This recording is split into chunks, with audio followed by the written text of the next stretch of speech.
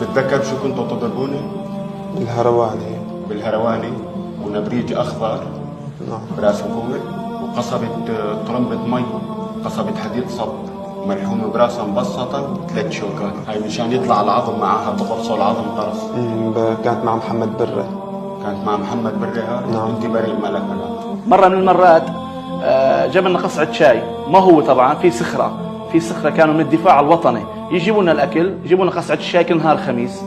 مرة من المرات هذا الشخص ماهر درويش بول، انتو أكبر قدر، بول بقلب الشاي مشان نشربه هو والبول بقلبه، صح يا ماهر؟ صح.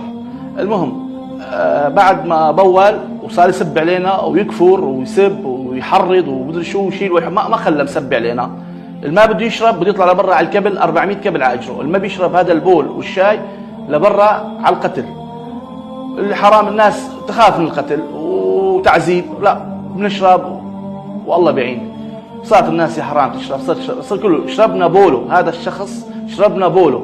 ماهر درويش منطقة الكلى. حيانا لداود من ريف حمص الغربي خرب التينو. أنا رمضان علي عيسى من ريف حمص خرب التينو، فرست على السجل سيد نايب 1/7/2019. اجت الموافقة على 227 فرع المخابرات الجوية مشان انزل على محكمة الميدان. بعد فترة اجانا حكم اعدام 6 اشخاص وانا شاركت باعدام. كنت اخدم بسجل سيد نايب الاحمر. خدمت فيه سنة و6 اشهر. كنا ناخذ العالم من على الغرفة نعلقهم بالجنازية، كنا نناوب عليهم 5 أو 6 اشخاص نضل نقتل لحتى يموتوا. في منهم كنا ناخذ عن المفردة نتركن 4-5 ايام من دون اكل وشرب مشان بس نعدم ما يطلع ريحتي.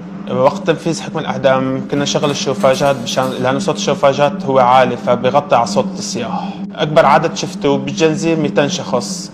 كان يتم تنفيذ حكم الاعدام فيه نحطهم بالسيارات وياخذوها على مشفى حرستا يحطوا لي الارقام وما نعرف بقى شو بيصير. بالطابق السفلي كنا نسمع صوت مواقف لينزلون على الاعدام. كان ملازم يجي ويعطي ابره للموقوف المريض، بعد ربع ساعه يكون مات الموقوف. شوف في جوات الابره ابعد. خدنا 130 واحد على اعدام، قتلناهم وجبنا السياره، خلينا المساجين يحملوين وخدناهم على مشفى تشرين. كنت قدم طلب لمدير السجن من قبل مساعد محمد ابراهيم يجيب لنا بنات لعندي نغتصبن ونقتلن.